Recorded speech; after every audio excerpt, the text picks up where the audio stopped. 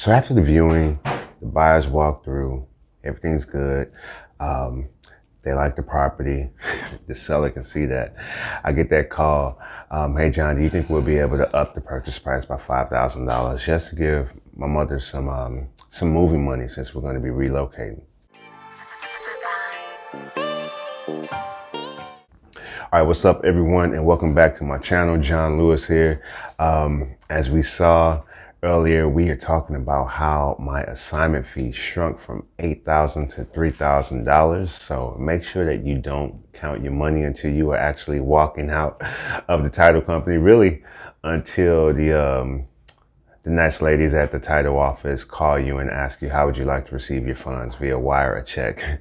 Then you can start counting your funds. But I want to talk about my second deal today. I'm a newbie to wholesaling, and this deal actually came about word of mouth. So if you're out there wholesaling, or if you're investing, or really anything that you do, make sure that people know what you do, because you can't help them if they don't know what service it is that you provide. So on my YouTube and on my Instagram, I try to provide, position myself as a real estate professional. As I said, I'm pivoting more into wholesaling now from the buy and hold side, even though I'm still doing buy and holds. But long story short, she saw that. So they had a problem, and they reached out to me, and we set up a time to where I was able to go over there and view the property. But I'll give you a backstory. Basically, it was a failed listing.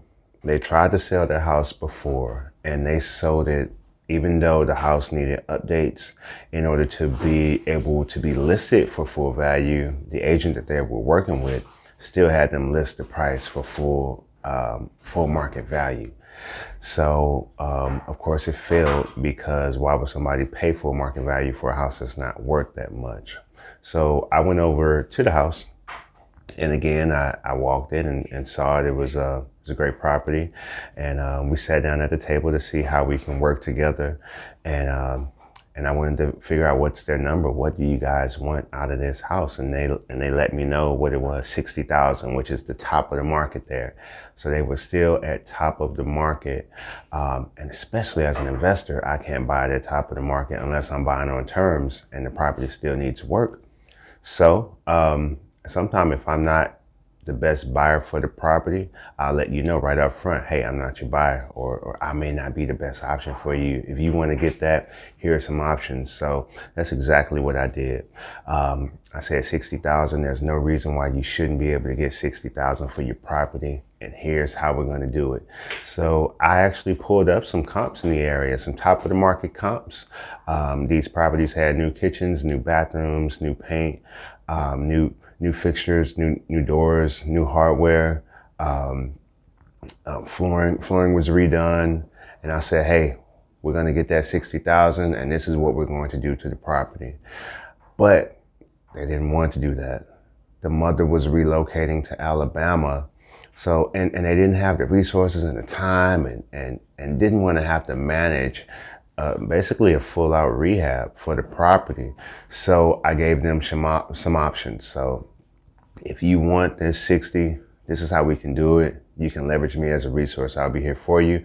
I'll shoot over any referrals that I may have as well, but it's looking like that's not going to be the best option. And then I also shot over my cash price.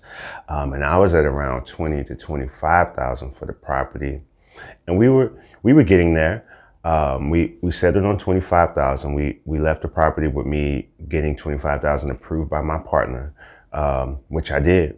And then when I talked back to the sellers and the daughter, and my main point of contact was the seller's daughter, we learned that there was a mortgage on the property for $29,000. So we didn't know about this at first.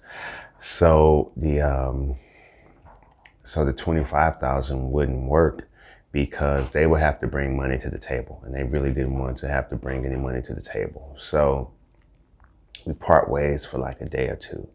And the buyer that I was working with for that first acquisition price, we were pretty much done. That was our all in.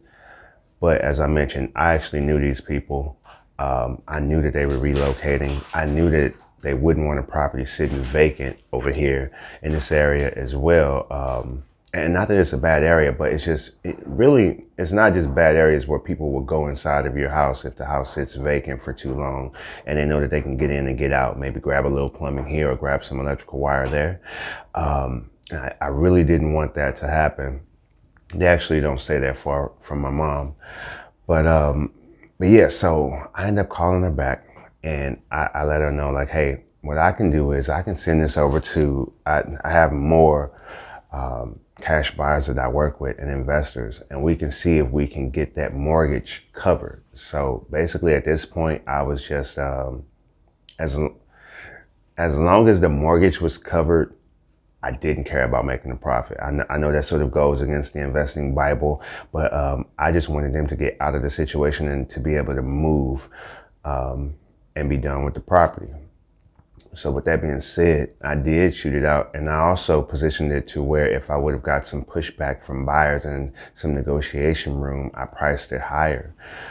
So I sent it out for 38, and I had 2 buyers come through. One was a hedge fund buyer, and the other was a newbie landlord, brand new landlord, and they both were interested in the property. However, the newbie landlord reached out to me that night for us to go ahead and get the paperwork signed and the assignment agreement so we can send over to the title company. And the hedge fund guy, he hit me back the day after, he was expressing interest, and I told him I just went under contract, and he let me know to just keep him in mind and let him know before I go under contract again if he views the property. So I'll definitely keep that in mind too. After everyone views it, let them know, like, hey, if you're going to submit an offer, go ahead and submit an offer now. So that was good. So now I'm learning some of the etiquette and proper ways to do business with some of the big volume buyers or whatnot. So yes, the buyers came. The buyers liked the property. We're good. We're moving forward. Then I get that call because we signed another agreement to cover mortgage at 30. So we were good. They were going to get their mortgage covered. Of course, I will make my fee. Again, that fee is paid to me from my buyer, not from the seller. And I got the call. Hey, John, you think we can move the purchase price up $5,000 just so Mom can have some money to relocate? And yeah, as I mentioned, I know these folks. They're good people, so I agree, because there's still some room there to where they're still getting what they want out of it, and I'm still getting what I want, and we're able to bring a solution. And some of the things that I was able to do that maybe the agent wasn't able, and it's not just the agent, it's the market. It's hard to time the market right to when you're getting ready to move. Even when you're in super desirable areas, it doesn't mean your house is going to sell exactly when you need it to sell. So we went under contract and we let that sit for like a month and we worked with the buyer as well for the sellers to remain in the property. So we were able to time it to exactly when the closing was right before her sons were going to actually drive her to Alabama. We were able to get the mortgage paid off, and the buyer was willing and patient as well. So it all worked out. New contract at 35, assignment to the buyer at 38, $3,000 spread. Everyone was happy. The seller even offered to pay me a little bit of money out of their proceeds, and I had to let them know, hey, no, I'm good. My partner is taking care of me, and plus I'm not an agent, so I can't accept any type of fees or commissions or anything like that. That shows like I sold the property or helped you guys sell the property. All I did was just assign my interest over to someone. They looked out for me, and we were able to provide a solution for you. So there it is. That was my second deal. That's how it shrunk from an $8,000 assignment fee down to a $3,000 assignment fee. So the first one was $1,000. This one was $3,000. So who knows? Maybe my next one will be $8,000, and eventually I'll cross over that $10,000 mark. So yeah. So if you have any questions, let me know in the comments. Please subscribe to the video if you enjoyed the content. My goal is to have one of these videos coming to you once every week. So I will see you guys next week. Thanks so much for watching.